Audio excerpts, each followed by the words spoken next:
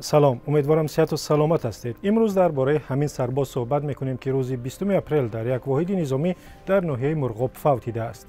خویشاوندانش ادعا دارند او را شاید لطوکوب کرده کشته باشند، ولی طبیبان گفتند رجب علی نظروی 19 ساله را کسی نزده است و او بنابر اوج گرفتن بیماری گرده و بیماری قلبش در ناحیه بلندکوه جان داده است. بحث زیادی درباره مرگ این سرباز از ناحیه دیوشتیچ در وبسایت و صفحه‌های ما در فیسبوک، اینستاگرام و یوتیوب ادامه دارد و سوال زیادی هم هست که چرا مثل رجب علی نظروف به خدمت وطن سربازان جوان میروند و تن بیجانشان را به والدانشان برمیگردانند. از شرح کاربری به نام شهروند آغاز میکنیم که نوشته است بی‌پروایی هنگام معاینه طبی سربازان سبب چنین فاجعه ها می شود. شرحش در وبسایت رادیو آزادی چنین است: حکومتداران کمتر فکر کنید. حالا میگویند کماندیر این کار را کرد و به سر حکومت میزنند. سبب اساسی در آن دیده می شود که حکومت کار را درست به راه نمانده است. اگر گرده‌اش کسل بود، برای چی او را به خدمت بردند؟ برای چی کماندیر یا مسئولین قسم نظامی سری وقت بالا را آگاه نکردند که سرباز بیماری گرده دارد؟ گروه دیگری از کاربران گفتند شاید در واقع منطقه بلندکوه مثل ناحیه مرغاب که اکسیژن آنجا کمتر است سبب مرگ سرباز بیمار شده است. چون این شرح را از جمله کاربر با نام علی معلم در صفحه رادیو آزادی در فیسبوک گذاشته است. من شخصا خودم حالا در بدخشان در شهر خاروق قرار دارم و میدانم که در مرغاب در حقیقت آدم صحت زود فشارش بلند شده از پای میافتد. شاهد چندین حادثه های شبیه شدم، لیکن شخص زود باید به بیمارخانه رود. در مرغاب اگر آدم صحت بار اول رود زود کسل می شود.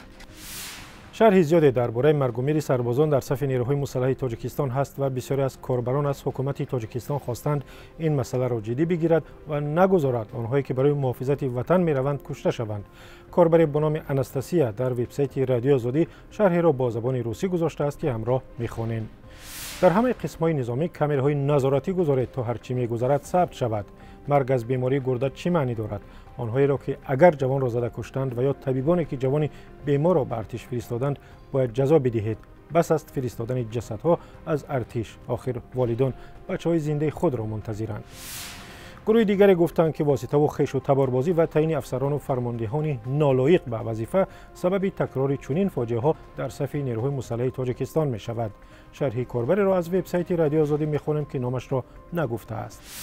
تا آندمی که فرماندهان قسمی حربی با واسطه تقا پول منصب می گیرند چنین حالت ها تکرار می شوند. برای پیشگیری از این حادثه ها شرط ضرور و حتمی است که فرماندهان قسم‌های حربی نه کم از 40 ساله باشند با سابقه کاری نه کم از 10 سال. در سالهای اولی ارتش ملی فرماندهان ختم کرده های دانشکده و دانشگاه های عالی بودند و چنین حادثه ها انگوش شمار بود. افسران به نام کسبی آمدند، ارتش یک باره رسوا شد. به گفته قسمی از کاربران محض مرگ و میر سربازان در ارتش است که جوانان را از خدمت می‌گریزاند و مقامات مجبور می‌شوند آنها را از راه زوری یا ابله به ارتش برند. پیشنهادها نیز هست که جزا برای بدرفتاری در صف ارتش تاجیکستان که سالهاست یک مسئله داغ باقی میماند سخت‌تر شود تا همین گونه پیش راه مرگ سربازان و معیوب شدن آنها را بگیرند. شرح کاربری را با نام مهاجر از وبسایت رادیو آزادی می‌خوانیم. برای همین تمام جوانان تاجیک از خدمت حربی سرپیچی می‌کنند. مقامات تاجیک باید جزا برای بدرفتاری در قسم‌های نظامی را سخت‌تر کنند. اگر خواهیم که در آینده نقشه دعوت به کمبودی اجرا شود باید قسم‌های نظامی را به ترتیب درآوریم. شخصان باسواد و مسئولیت شناس را باید در قسم‌های نظامی فرمانده تعیین نمایند. شما چه میگویید؟ راه حل مشکل کجاست؟ در وبسایت رادیو آزادی نویسید یا نظرتان را در ویدیو بگویید یا صدایتان را ثبت کنید و شماره‌ای که می‌بینید بفرستید. واتساپ، وایبر و تلگرام و ایما هم دارد. آزادی آنلاین به پایان رسید. تا دیدار در برنامه دیگر.